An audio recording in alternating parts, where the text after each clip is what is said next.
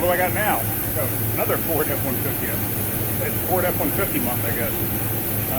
What I got on this one is runs terrible when it's cold, and but on the road it drives fine. It's a 4.2 liter. This thing's got 300,000 miles on it. The original motor. It actually runs very, very well, like surprisingly well. I would have never guessed it was a V6.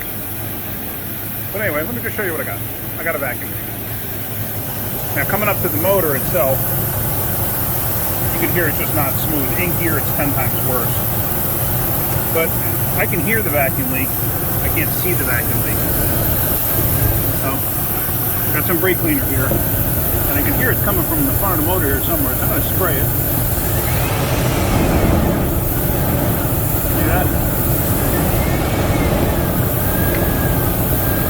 So as soon as it starts sucking it in, it clears up for a moment. That tells me it's got a huge vacuum leak. I think I know what the problem is. Let me shut it off.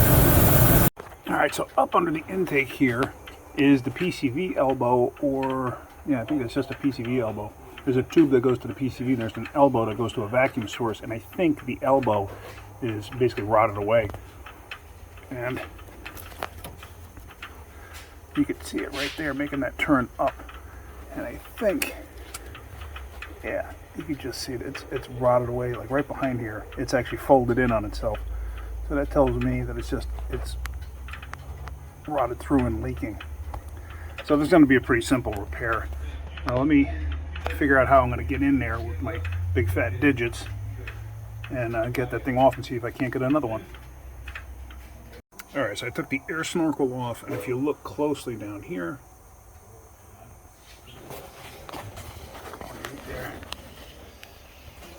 there you see it. Right there. It looks like it's clenching its cheeks to get to the bathroom. But that's it right there. That's your vacuum leak. That's a main vacuum leak. So I'm going to see if I can get that off and try to match something up at the parts store. Something. Now you can use regular hose. The only problem is it's not going to last, because there's going to be oil residue in there. And that's kind of what happens to that. Oil residue gets to that, and it deteriorates it from the inside out. That's why it collapsed on itself. So I'm going to get it off and see what I can figure out. Alright, so I got it off. It's in my hand here. And if you look close, you can see, I mean, like I said, it just sucked right through. And you can see the oil build up in there. And like I said, these get oil in them. And this rubber that they used is actually not good with oil. So that's why it deteriorated and sucked in like that. So I gotta see what I can do to fix this. Alright, so it turns out Dorman makes one. Actual replacement for this. So I'm going to take this, I'm going to install this, and that should fix the idle issue. Like I said, the thing ran fine on the road. It was just at idle. It was terrible. I mean, and that's a massive vacuum leak. So, all right, let me get this installed. All right, so there we go. Everything's all assembled and together. That was kind of a pain in the neck getting that in place.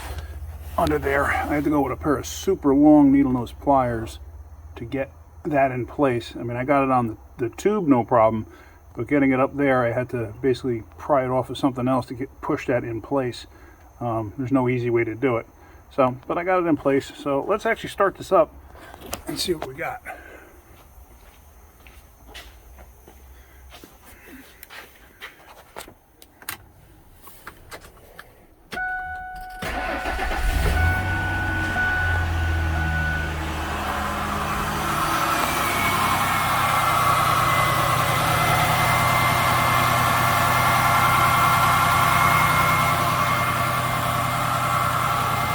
So I'm good with that. I'm happy with that. I'm going to take it for a road test.